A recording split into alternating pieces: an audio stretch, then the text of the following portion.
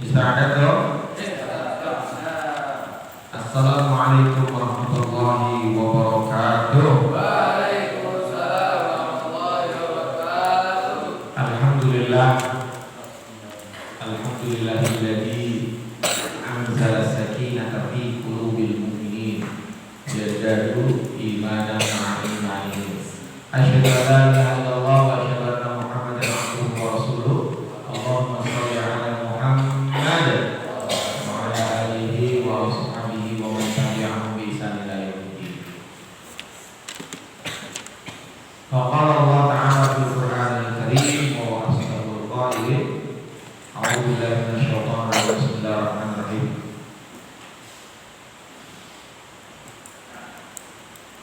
Ya ayyuhalladzina amanu taqullaha haqqa tuqatih wa la tamutunna illa wa antum muslimun. Ikhwatillah rahimakumullah, hari ini kita melanjutkan materi yang dahsyat ya, yang menjadikan kita manusia-manusia yang ajaib. Sebelumnya Ustaz mau tanya materi yang sebelumnya ya. Dari sini satu orang, dari sini satu orang, dari sini satu orang, dari sebelah sini ke Fahri. Rujukan yang ketiga, di surah yang membahas tentang Allah akan berikan jalan keluar kepada setiap manusia dan memberikan rezeki yang tidak disangka-sangka. Hafal nggak?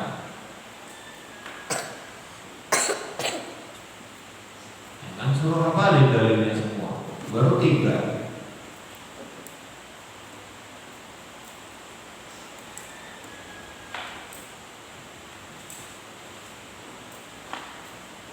Wahid, Itnani. Ada yang bisa bantu Fahri di sini? Ada yang bisa bantu Fahri rujukan ketiga? Enggak ada? Salah satu. Waduh. Sebelah kiri. Rujukan ketiga.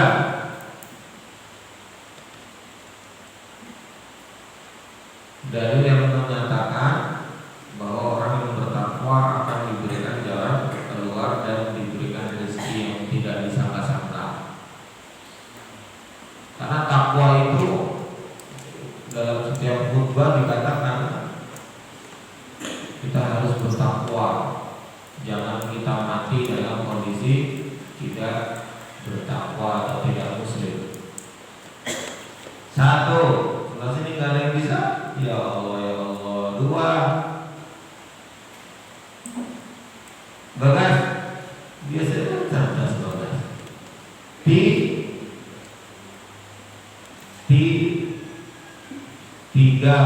berarti Bagasku. Berarti nih, satu orang. Zahir, Hafidha, anta hafidul Quran. A'udzubillahi minasyaitonir rajim. Coba. Lupa, enggak ingat. Isnani. Siapa yang hafal?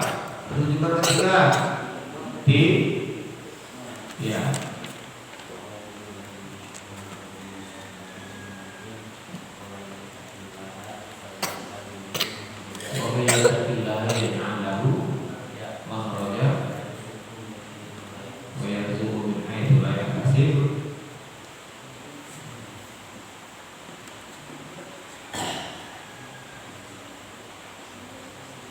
Innallaha balighu amri qad ja'alallah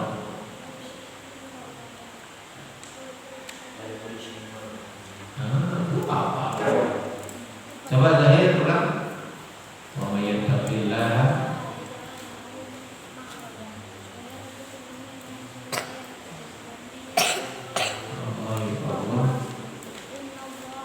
balik lagi. Nah, sahih. Tapi oh, Akbar. Apa? Belum dong. Ya, silakan duduk. Nanti dihafal. Itu rujukan ketiga bahwa rezeki itu Allah berikan kepada orang yang bertakwa dari tempat yang tidak disangka-sangka. Nah, ada 4 rezeki ya. Yang pertama paling bawah apa? Paling rendah apa? Harta. Kemudian yang kedua rezeki yang tinggi apa? Kesehatan. Kemudian rezeki yang tiga apa? Yang utama itu apa? Anak solih. Kamu nggak solih berarti orang tuamu atau kamu pun nggak diberikan rezeki. Anak solih itu luar biasa. Kemudian yang keempat apa? Ridhonya Allah. Itu terletak atau tanda dari rezeki mendapat ridhonya Allah yaitu dengan ketenangan jiwa. Ya ayyuhan nafsul mutmainnah irji'i ila rabbiki radiyatan mardiyah fadkhuli fi ibadi wadkhuli jannah. Masuklah ke dalam hambaku, masuklah ke surgaku, kata Allah. Coba bayangin, kalau kamu sudah tenang, kamu sudah dapat ridhonya Allah, kalau kamu sudah gak gerusak-gerusuk, tahu gerusak-gerusuk gak? Kita marah aja tenang gitu. Kan orang marah kan kadang biasanya, lihat pernah lihat orang marah? Ya belum lama kan ada orang marah ngamuk-ngamuk ya. Itu kalau kamu mendapatkan rezeki ketenangan itu ya udah biasa aja. Kita pun yang melihatnya, yang menyaksikannya, misalkan ala satria, berarti ala satria belum tenang. Tapi ketika tenang gimana? Tunjukkan bahwa ngamuk gitu aja. Ya udah tenang. Karena yang Allah sapa di situ, yang Allah colek di situ, yang Allah tandai di situ. Apa kalau di website apa? Ditandai. Kalau di IG apa namanya? Di tag atau di Facebook. Yang Allah tag di situ adalah orang yang tenang. Nafsul mutmainnah, bayangkan. Bukan nafsu yang berusak-berusuk, bukan nafsu yang marah-marah, bukan nafsu yang lainnya, tapi nafsu yang tenang. Mau tenang? Mau jiwanya damai? Mau? Nah, kamu ketika diuji dengan misalkan diejek orang, diejek teman, direndahkan, dihina, itu sesungguhnya Allah yang akan dan Allah yang sedang mengangkat derajatmu. Gak apa-apa kamu dihina sama orang, tapi Allah sedang mengangkat derajatmu. Wih, keren. Saat ini penilaian manusia itu gak ada apa-apanya. Tapi yang kita minta tadi rezeki yang paling tinggi, minta keriduannya Allah sehingga kita di-tag sama Allah, dicolek sama Allah menjadi nafsu yang mutmain. Oke. Kembali ke materi selanjutnya. Program ini untuk mengembalikan Anda akan kembali ajaib. Kemarin ya, manusia itu adalah ajaib. Mukjizat itu diberikan pada para nabi, ulama namanya karomah, kalau kita orang biasa namanya mau. Nah, sudah hafal itu? Sudah ya. Kemudian ilmu orang yang gak kenal sama Allah itu beda. Orang yang gak kenal sama Allah kalau mau kaya maka dia kerja. Tapi yang kenal sama Allah, kalau mau kaya, mau sukses, mau berkah, dia harus, nah, tulis jurus 1, harus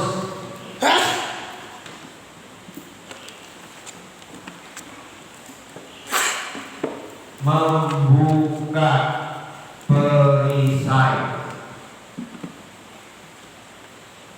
Ini tuh dalam ya, maksudnya kalau kemarin kamu cuma bahas kulit-kulitnya aja sama Ustaz Ardi Gunawan, ini tuh lebih rinci lagi.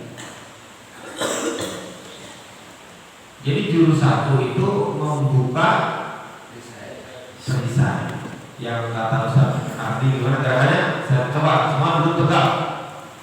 Nah begini, buka perisainya. 1, 2, 3. Buka perisainya. Tangan kanan. Buka perisainya. Buka perisainya. Oke. Rezeki itu ibarat air bah. Tahu air bah kan? Turun dari atas ke bawah. Kamu kalau lihat bendungan Walahan, pernah Walahan? Atau bendungan apapun lah, ketika itu dibuka, itu air bah. Nah ketika ada air bah, harusnya sekeliling itu kan banjir, kena air bah semua. Atau ini nih pas daerah kamu tuh dulu jebol kan, biur, semuanya masuk TV. Jokowi datang, daerahnya Ustaz pernah keluarnya. Oh ini tanggul yang jebol, air ibarat deras datang, bush gitu kan. Nah ketika air deras datang, kan semua di situ kena, semua kena. Rezeki itu sederas itu loh, sekeren itu dan sebanyak itu. Tapi ada orang yang tidak kena air bah itu, tidak kena derasnya. Ada golongan yang nggak kena. Golongan yang nggak kena yang gimana Ustaz? Dia yang membangun benteng, yang membangun apa sih namanya? Perisai, yang membangun tadi bendungan lagi. Kan bendungan itu ada berkali-kali, bendungan di sini, kemudian kalau ini jebol, ini ada bendungan lagi. Nah, yang membangun bendungan itulah yang tidak mendapatkan air bah atau tidak mendapatkan rezeki. Ini kalau kamu hujan, terus kamu di dalam masjid kehujanan enggak? Enggak, karena di atas ada penghalangnya, yaitu benteng. Kamu coba stop keluar ke lapangan, kehujanan enggak? Kehujanan basah semua. Tapi bisa juga keluar kita enggak basah. Kenapa enggak basah? Pakai payung. Nah ini kita minta untuk dibuka, diminta untuk dibuka bendungannya, dijebol biar kena air bah.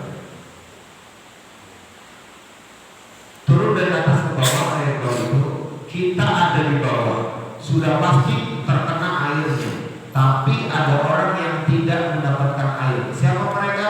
Mereka yang pasang perisai, benteng, bendungan. Nah ini ya. Bagaimana cara mendapatkan air? Cara mendapatkan air bah itu gimana jadi?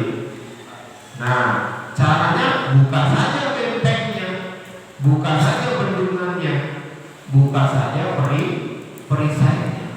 Caranya gimana supaya di sini kita kehujanan? Jebol aja atapnya, buka. Masjid tanpa atap. Hujanan kan? Ya. Tapi kalau nggak bisa membuka gimana? Usah pindah aja. Maka ada istilah namanya hijrah. Tahu hijrah kan? dulu bermaksiat, dia banyak dosa iman. Dia pengen meninggalkan itu semua. Dia nggak bisa membuka perisai itu sendiri. Nah, perisai atau bendungan ini kan disebut dengan dosa. Jadi kalau kamu mau dapat rezeki, maka dibuka dosa-dosa itu dengan kita beristighfar. Kalau nggak bisa juga karena lingkungannya sangat-sangat nggak mendukung, pindah. Kalau di sini kita nggak bisa menjebol atap, pindah ke lapangan. Di situ nanti kita dapat rezeki. Paham nggak? Nah, oke. Tarik, kum. Kalau kita nggak bisa jebol atap harus ngapain? Harus apa? Hah? Jebol atapnya. Ini kalau nggak bisa jebol atapnya, pindah ke tempat yang lain yang itu ada air bagi. Itu kita mau berbeda. Padahal tahu ya. Udah duduk lagi. Tanam. Bukan saja bentengnya, bukan saja perisainya, begitu juga dengan orang yang ingin mendapatkan rezeki atau keajaiban sederhana. Bukan saja perisainya. Perisai itu bernama dosa. Dosa yang menghalangi kita dari kemudahan di hidup. Kalau kamu pengen mudah, gampang. Pengen mudah, pengen dapat rezeki, gampang. Dengan cara kita buka perisai. Rujukan selanjutnya, tulis. Rujukan keempat, Quran surah ke-71 ayat 10 sampai 14. 71 ayat 10 sampai 14. Kalau nggak salah, faqul tustaghfiru rabbakum innahu kana ghaffara. 10 sampai 14. Nah, betul. A'udzubillahi minasyaitonir rajim. Faqul tustaghfiru rabbakum innahu kana ghaffara. Yursilis sama alaikum midrara wa yumdidukum bi amwal wa banin wa yaj'al lakum jannat wa yaj'al lakum anhar. Sampai 14. Malakum la tarjuna lillahi wa qad khalaqakum atwara. Apa artinya Ustaz? Ayat 10. Maka aku berkata kepada mereka, mohonlah ampunan. Ada terjemahnya nggak kamu? Coba ayat 10 baca Dimas Darves. Mohonlah ampunan.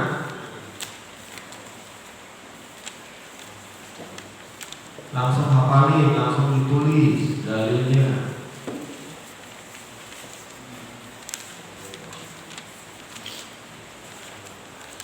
Ayat 10.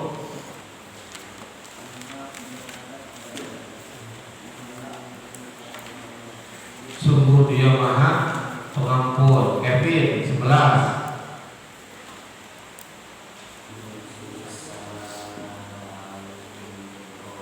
Terjemahannya,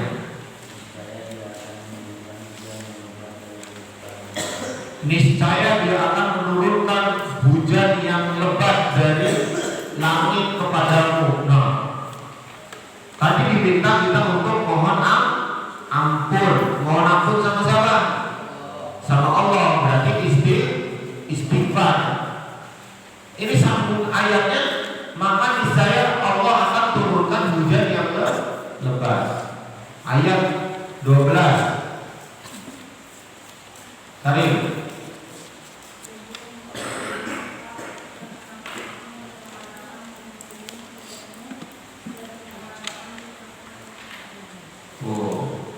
Wa yumdidukum bi amwal. Dan Dia memperbanyak harta. Dari hujan tadi dari hujan ya. Ustaz tanya, kalau kita nggak ada hujan setahun aja, setahun nggak ada hujan 3 bulan ya. Wih, pernah nggak kalian ngerasain nggak hujan 3 bulan? Ya Allah, tanaman mati semua, hewan-hewan, nggak ada air. Kalau udah nggak ada air, udah nggak ada kehidupan. Maka rezeki itu dari air.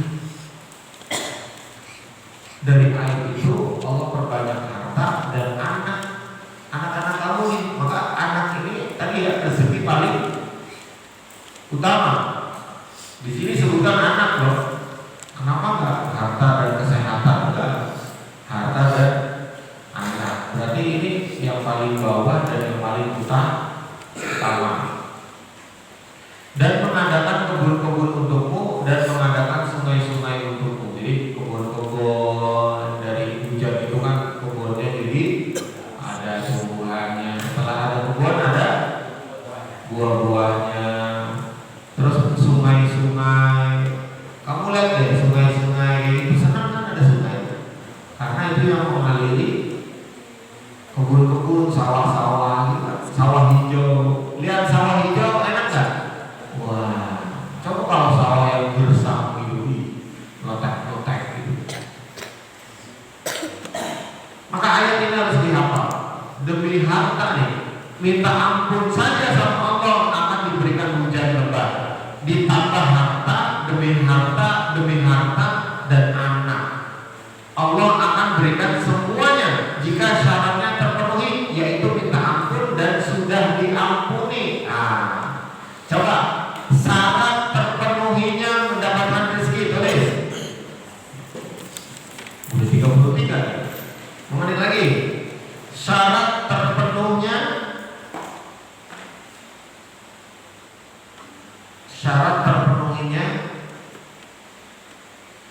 mendapatkan harta.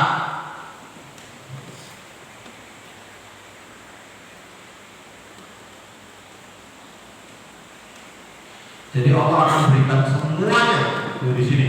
Semuanya coba. Apa aja tuh semuanya tuh? Ya semuanya. Semuanya itu yang tadi harta, anak, harta, kesehatan, anak, sama ridho Allah. Allah berikan semuanya. Tapi syaratnya harus terpenuhi. Apa? Minta ampun dan sudah diampuni. Minta ampun dan sudah diampuni.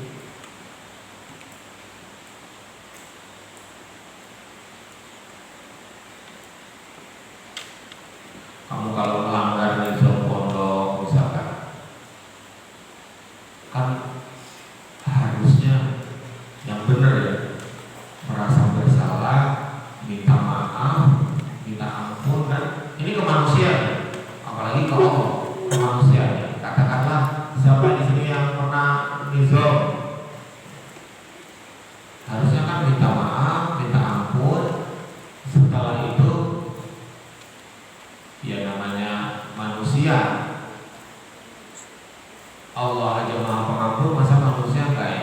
Biasanya manusia suka egois, nggak mau maafin ya. Tapi kalau Allah beda, Allah maha pengampun. Jadi minta ampun, minta maaf. Setelah itu dimaafkan. Setelah kamu melanggar nizam, minta maaf sama Ustaz maafin. Udah, syaratnya cuma itu. Minta maaf dan sudah dimaafkan. Minta ampun dan sudah diampuni. Nah, maka di sini cara orang barat itu yang di luar sana, yang di Eropa, yang di Australia, di mana pun pokoknya. Cara orang barat untuk memperbanyak duit itu dengan kerja keras. Tapi kalau cara orang Islam ingin banyak duit dengan cara minta ampun atau buka perisai dan sudah diampuni.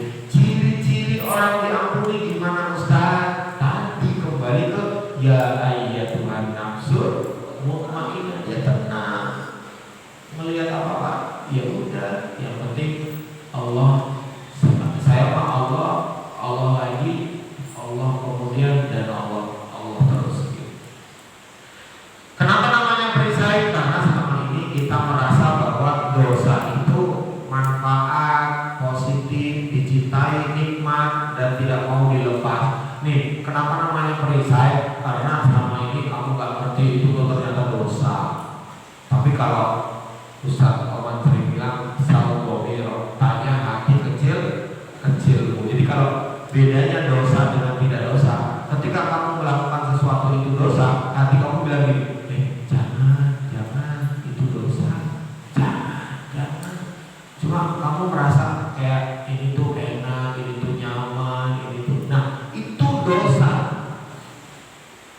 Maka namanya perisai supaya kita paham bahwa yang itu gak baik nanti itu akan menjadikan penghalang kesuksesanmu, penghalang rezekimu. Ngeri, gak enak orang gak sukses itu. Orang gak sukses enak gak? Orang gagal enak gak? Hidupnya nyaman gak? Tenang gak?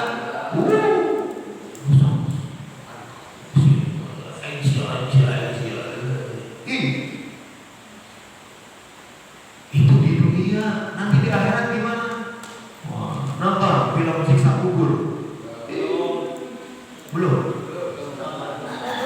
Ustaz kemarin itu doa yang paling sedih itu, ya Allah, kami kuat lapar ya Allah, kami kuat tahan lapar di dunia ini ya Allah, tapi kami gak kuat ya Allah menahan siksa nerakamu ya Allah, gak kuat.